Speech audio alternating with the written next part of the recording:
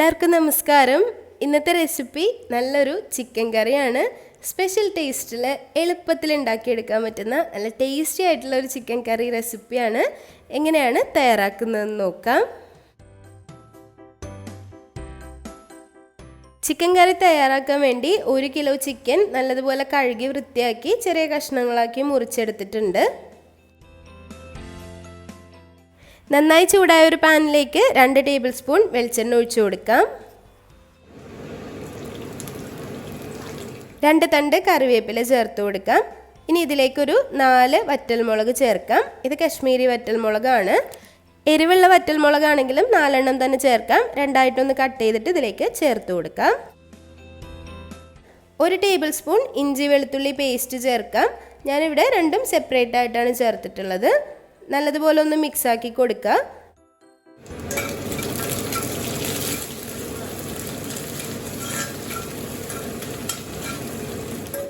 മൂന്ന് സവാള കനം കുറച്ച് സ്ലൈസ് ചെയ്തത് ചേർത്ത് കൊടുക്കാം. സവാള ചേർത്ത് കൊടുത്തതിന് ശേഷം നല്ലതുപോലെ ഒന്ന് വഴറ്റി കൊടുക്കുക. നമ്മൾ ചേർത്ത് കൊടുത്ത ഈ ഒരു സവാള നല്ല ഗോൾഡൻ ബ്രൗൺ കളർ ആവുന്നതിന് വരെ നല്ലതുപോലെ ഒന്ന് വഴറ്റിയെടുക്കണം. ആ ഒരു കളർ ആവുമ്പോഴേക്കും സവാളയുടെ ടേസ്റ്റ് തന്നെ വ്യത്യാസമാണ്. കരിഞ്ഞു പോകാതിരിക്കാൻ ശ്രദ്ധിക്കണം. നിങ്ങൾക്കിനി ഇതിന് പകരമായിട്ട് ഫ്രൈഡ് ആയിട്ട് സ്റ്റോർ ചെയ്തിട്ടുള്ള സവാള ഉണ്ടെങ്കിൽ അതും ചേർത്ത് കൊടുക്കാം. ഏകദേശം സെയിം ടേസ്റ്റ് തന്നെ ആയിരിക്കും. സവാള പെട്ടെന്ന് തന്നെ വഴണ്ട് കിട്ടാൻ വേണ്ടി 1/2 ടീസ്പൂൺ ഉപ്പ് കൂടി ചേർത്ത് കൊടുക്കുക. പെട്ടെന്ന് തന്നെ സവാള വഴണ്ട് കിട്ടാൻ ഉപ്പ് ചേർത്ത് കൊടുക്കുന്നത് നല്ലതാണ്. 2 പച്ചമുളക് നെടുവേ കീറിയതും കൂടി ചേർത്ത് കൊടുക്കാം. പച്ചമുളക് കറിയിൽ ചേർക്കുമ്പോൾ ഒരു പ്രത്യേക ടേസ്റ്റ് തന്നെയാണ് ചിക്കൻ കറിക്ക്. അതുകൊണ്ടാണ് അത് ഒഴിവാക്കാതിരുന്നത്. സവാള നല്ലതുപോലെ വഴണ്ട് ഗോൾഡൻ ബ്രൗൺ കളറായി വന്നിട്ടുണ്ട്. ഈ ഒരു സമയത്ത് ഇതിലേക്ക് തക്കാളി ചേർത്ത് കൊടുക്കാം. 3 മീഡിയം സൈസ് തക്കാളി നല്ലതുപോലെ ചോപ്പ് ചെയ്തിട്ടാണ് ചേർത്ത് കൊടുത്തിട്ടുള്ളത്. ഇതിന് പകരം 3 തക്കാളി കഷ്ണങ്ങളായി മുറിച്ച് മിക്സിയുടെ ജാറിൽ ഒന്ന് അരച്ചെടുത്തിട്ടും ചേർത്ത് കൊടുക്കാം.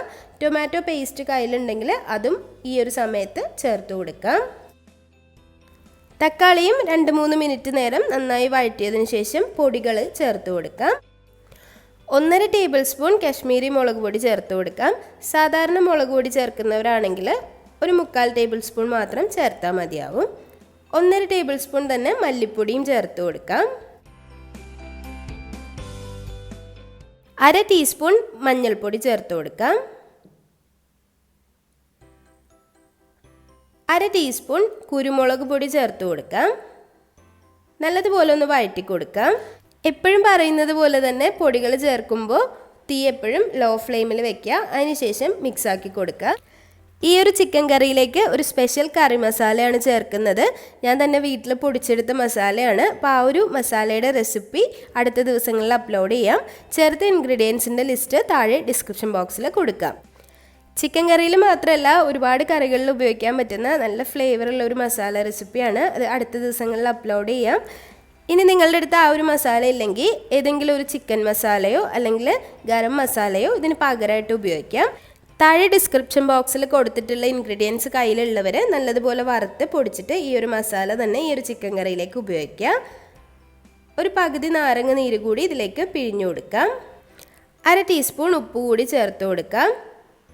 ഇനി എല്ലാ ഒരു ടേസ്റ്റും ബാലൻസ് ആവാൻ വേണ്ടി ഒരു 1/4 ടീസ്പൂൺ പഞ്ചസാര കൂടി ചേർത്ത് കൊടുക്കാം. നല്ലതുപോലെ ഒന്ന് മിക്സാക്കി കൊടുക്കാം. ചേർത്ത് കൊടുത്ത പൊടികളുടെ എല്ലാത്തിൻ്റെയും പച്ചമണം എല്ലാം മാറിയിട്ടുണ്ടെങ്കിൽ അതിലേക്ക് ചിക്കൻ കഷ്ണങ്ങൾ ചേർത്ത് കൊടുക്കാം.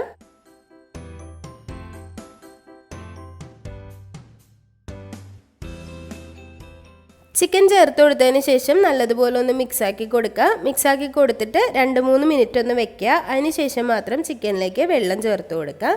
നല്ലതുപോലെ മിക്സാക്കി ചിക്കൻ്റെ ആ ഒരു സ്കിൻ ഒരു വൈറ്റ് കളറിലേക്ക് എത്തുമ്പോൾ വേണം വെള്ളം ചേർത്ത് കൊടുക്കാൻ. ആ ഒരു മസാല ആയിട്ട് നല്ലതുപോലെ മിക്സാക്കുക.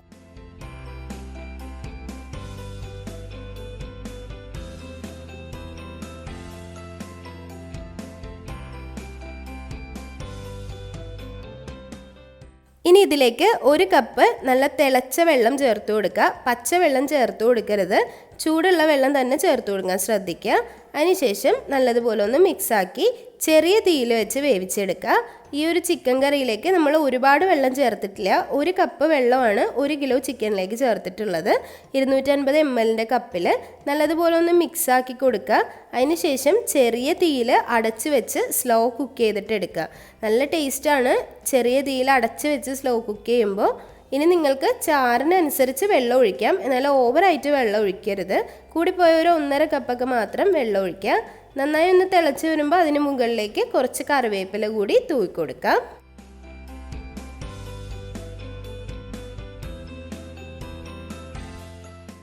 അടച്ച് വെച്ച് 15 മുതൽ 20 മിനിറ്റ് വരെ ചെറിയ തീയിൽ വേവിച്ചെടുക്കുക. ഇടയ്ക്കൊന്ന് തുറന്ന് നോക്കി ഇളക്കി കൊടുക്കണം, അടിയിലൊന്നും പിടിക്കാതെ നോക്കണം. തീ ഒട്ടും കൂട്ടാതെ സിമ്മിൽ വെച്ച് വേവിച്ചെടുക്കുക. 20 മിനിറ്റിന് ശേഷം ഞാൻ തുറന്ന് നോക്കുമ്പോൾ നമ്മുടെ കറി നല്ലതുപോലെ റെഡി ആയിട്ടുണ്ട്.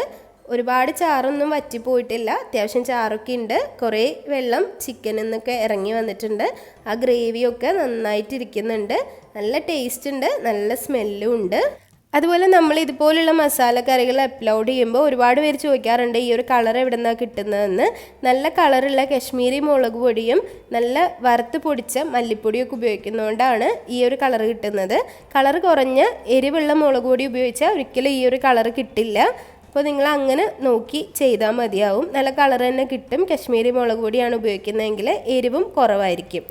ഈ ഒരു ചിക്കൻ കറി ചോറിനും നെയ്ച്ചോറിനും അതുപോലെ എല്ലാ തരം ബ്രെഡ് ഐറ്റംസിനും, പത്തിരി, പൊറോട്ട, ചപ്പാത്തി എല്ലാത്തിനും ഒരു കോമ്പിനേഷനാണ്. അപ്പോൾ വീഡിയോ എല്ലാവർക്കും ഇഷ്ടമായെന്ന് വിചാരിക്കുന്നു. എല്ലാവരും ട്രൈ ചെയ്ത് നോക്കുക. ട്രൈ ചെയ്ത് നോക്കിയിട്ട് അഭിപ്രായങ്ങളൊക്കെ അറിയിക്കുക. അതുപോലെ വീഡിയോ ഇഷ്ടമായിട്ടുണ്ടെങ്കിൽ ലൈക്ക് ചെയ്യുക, ഷെയർ ചെയ്യുക, സബ്സ്ക്രൈബ് ചെയ്യുക. അതുപോലെ നിങ്ങളുടെ ഫ്രണ്ട്സിനും ഫാമിലിക്കും ഒക്കെ ഒന്ന് ഈ ഒരു വീഡിയോ ഷെയർ ചെയ്ത് കൊടുക്കുക. ഇനിയും നല്ല നല്ല റെസിപ്പികളായിട്ട് വരുന്നതായിരിക്കും. അതുവരേക്കും താങ്ക് യു.